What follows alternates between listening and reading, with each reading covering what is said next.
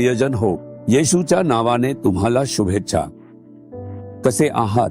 आनंदी आहात का? तुम्हाला या ठिकाणी ध्वजस्तंभ दिसतोय का? हा खाडी देशांमधील सर्वात उंच ध्वजस्तंभ आहे.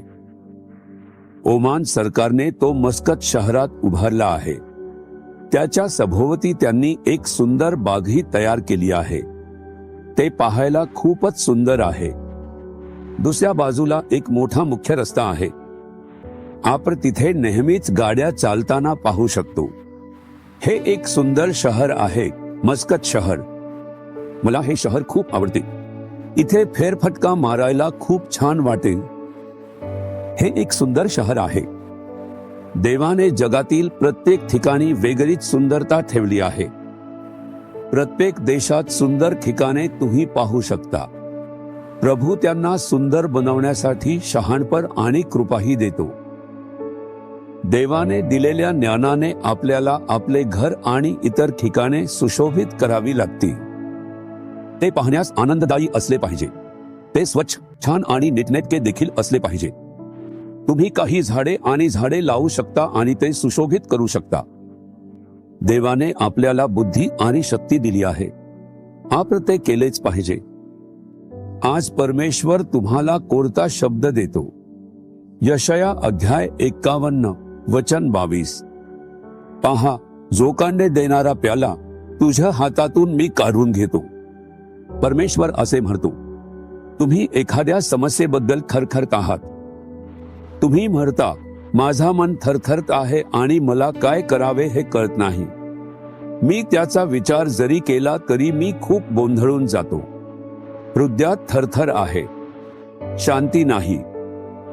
तुम्ही एखाद्या भांड्यात पाणी ठेवले तर ते हलवले नाही तर तसेच राहते.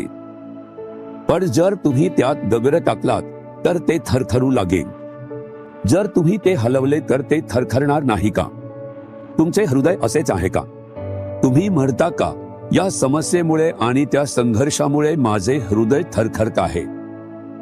परमेश्वर म्हणतो, मी तुझ्या हातातून झोकांडे देणारा प्याला काढून घेतला आहे. मुला, मुली, घाबरू नकोस. मी ही परिस्थिती बदलून टाकीन. सगळं शांत होईल.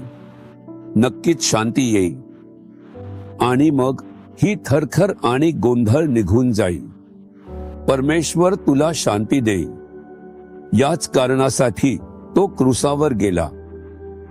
आपल्याकडून हा थरथरीचा प्याला दूर करण्यासाठी त्याने क्रूसावर खूप यातना सोसल्या आहे. त्याचं हृदय किती थरथरलं असेल. तो एकटा राहिला असताना त्याला वेदना झाल्या असतील. त्याने आपली झोकांडे क्रूसावर वाहून पूर्ण केली आहे. म्हणूनच तो म्हणतो, मी तुझ्या हातातून झोकांडे देणारा प्याला काढून घेतला आहे. विश्वास ठेवा. म्हणा, प्रभू, तुझ्या वचनाबद्दल धन्यवाद. माझं हृदय सतत थरथरते. माझं आयुष्य सतत थरथरते.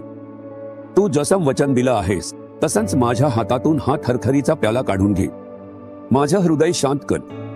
येशूच्या नावाने आमेन, आमेन. जीसस रिडीम्ड मराठी ह्या यूट्यूब चॅनेलला सबस्क्राईब करा. सबस्क्राईब बटनावर क्लिक करा आणि बेल चिन्हावरही क्लिक करा. दररोजच्या नवीन कार्यक्रमांची माहिती मिळवा.